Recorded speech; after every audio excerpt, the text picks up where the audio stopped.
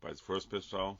Estamos hoje aqui encerrando nossa jornada do Fala Ruth. Foi uma jornada curta. A gente observou este pequeno relato, essa história que faz parte da história da salvação, da história da jornada deste povo que Deus escolheu para si, que nos lembra que Ele não desiste de nós e continua trabalhando em nossas vidas.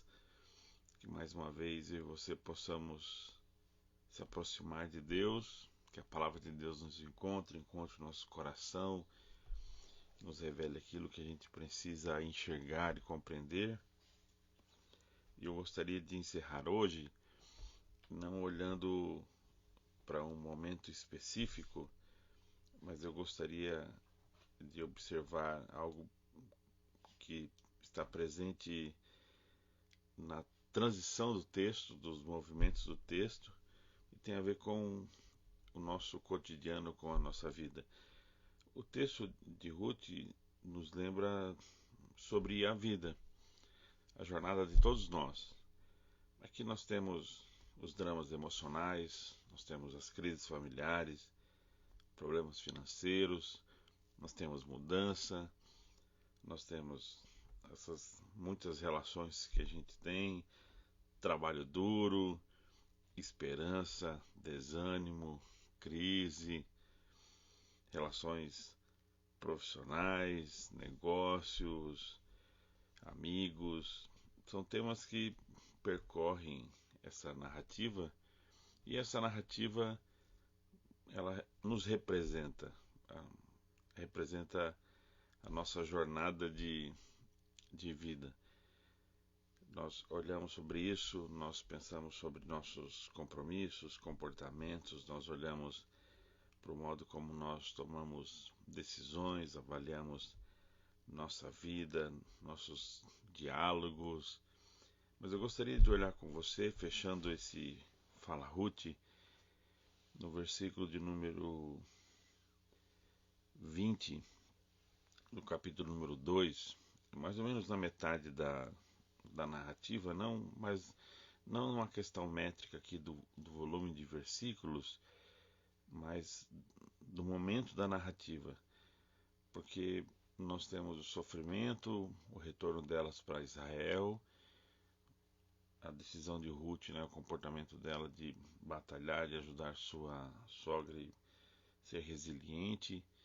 E aí nós temos ela conhecendo a Boaz, e tem esse momento em que ela conversa com Noemi e fala sobre Boaz. E Noemi então diz a ela, Ruth 2, versículo 20: O Eterno o abençoe, afinal, Deus ainda não nos abandonou. Ele nos ama, tanto na hora difícil quanto nos bons momentos. O livro de Ruth é um desafio para que a gente se relacione com Deus, a gente confie em Deus, a gente espere em Deus. Ele é um livro sobre sofrimento e de viver a esperança nos dias difíceis, de esperar o que Deus tem para nos dar, de esperar esse Deus que trabalha no oculto, desse Deus, como diz a expressão de um livro, esse Deus que trabalha no turno da noite.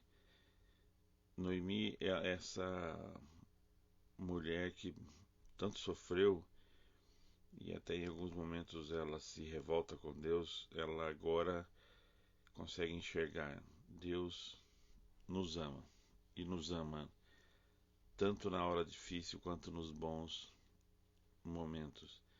Perceba que Noemi está dizendo aqui de um Deus que está presente e se relaciona conosco independente da situação. Isso tem a ver com o modo como Ele se relaciona conosco. O que Ele não muda a relação conosco de acordo com a situação. Quem muda somos nós. Quem se relaciona diferente com Deus de acordo com as situações somos nós, não Ele. Noemi está nos lembrando isso. Nós temos um Deus e por isso ela pode afirmar que Ele ama.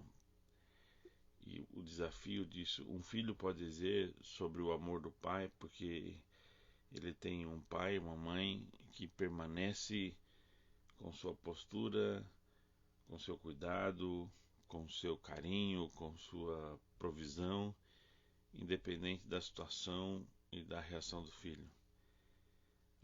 Um esposo, uma esposa que pode dizer isso do marido, um amigo que pode dizer isso do outro.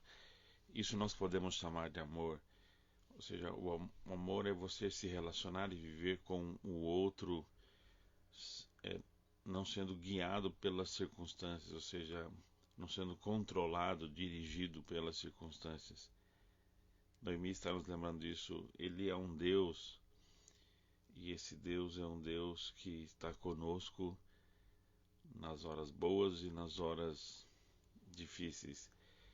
E interessante esses dois, essa linguagem que é uma linguagem de totalidade, né? Mas nas horas boas nós tendemos a esquecer de Deus, porque não precisamos de Deus.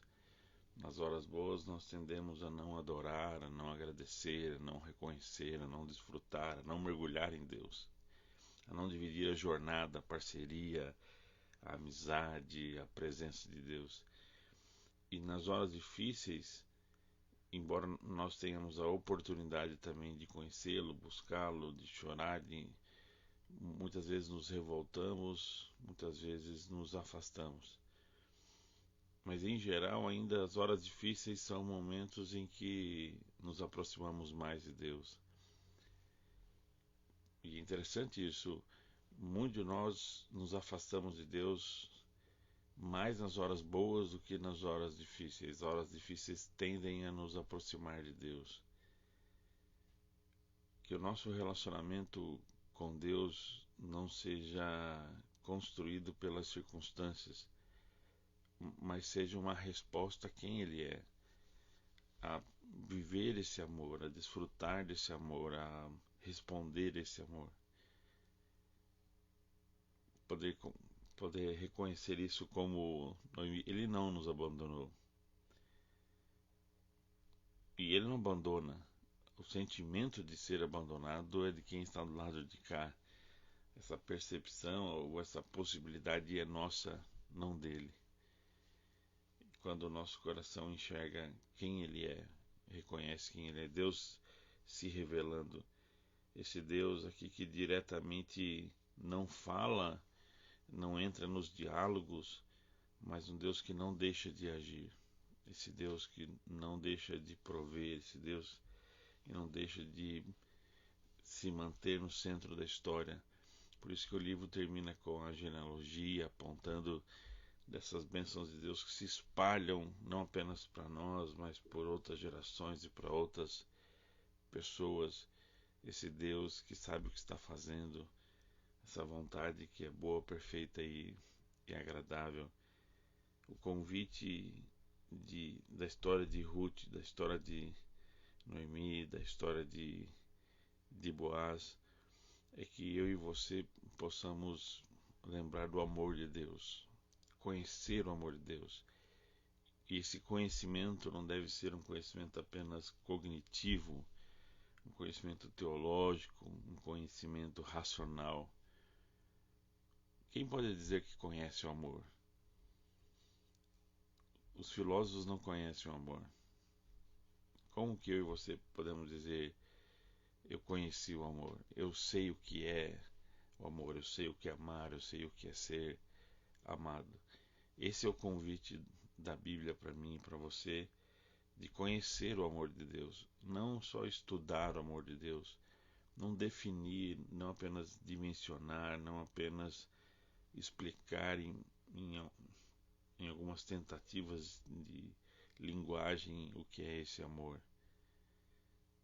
Mesmo que a gente não explique, o convite dele: olha, experimente o amor, responda ao meu amor, conheça que eu sou um Deus que não abandona, eu sou um Deus que ama.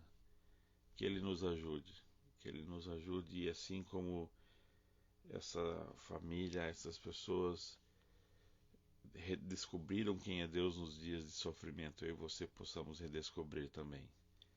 Que a nossa história possa ter esses momentos do menino no colo, que é essa imagem que nos mostra o dia da resposta, o dia da bênção, o dia do milagre, o dia que a esperança se torna realidade, que esse dia se abrevie, que ele chegue para sua casa, que em breve você possa ter um menino no colo e ver a resposta de Deus para aquilo que você está precisando. Vamos orar? Muito obrigado, Pai. Obrigado por não nos abandonar. Obrigado por teu amor, que é um amor que se revela, um amor que vem em nossa direção, independente das circunstâncias, um amor que não depende da circunstância que estamos vivendo. Obrigado porque o teu amor não é condicional como o nosso. Deus, aquece o nosso coração com esperança, nos lembrando quem tu és. Nesses dias difíceis, nos lembra quem tu és. E quando chegarem os dias bons, os dias do menino no colo, não nos deixa te esquecer, não nos deixa se afastar, não deixa, Deus, que a gente te abandone. O Senhor não nos abandona, mas nós te abandonamos. Ajuda-nos, Senhor. Abençoa esse dia, abençoa a nossa casa, abençoa o nosso coração. Mais uma vez nos lembramos em oração. Visita, Pai, a nossa terra. Visita a casa do luto, visita a casa, Pai, da tristeza, visita a casa da angústia, visita a casa que está tomada pelo desespero, visita a casa onde há desemprego, visita a casa, Deus, aonde há relacionamentos rompidos ou então relacionamentos a ponto, ó Deus, de romperem. Pai, cuida de nós, cuida da nossa casa. Nós pedimos isso em nome daquele que morreu para nos dar vida verdadeira e para nos lembrar que o Senhor não nos abandonou. Oramos em nome de Jesus. Amém. Amém. Que Deus abençoe cada um de vocês. Semana que vem nós começamos uma nova jornada e eu quero olhar com você, não um livro, mas apenas uma parte de um livro e a parte de um capítulo, que é Eclesiastes 3, que fala sobre o tempo, e eu quero fazer uma jornada por toda a descrição que o Kohelet, né, o sábio, ele faz sobre o tempo. O tempo para quê? Os propósitos da nossa vida. Então, semana que vem, segunda-feira, 7 horas, continuamos nossa jornada ouvindo Deus. Que Deus abençoe cada um de nós.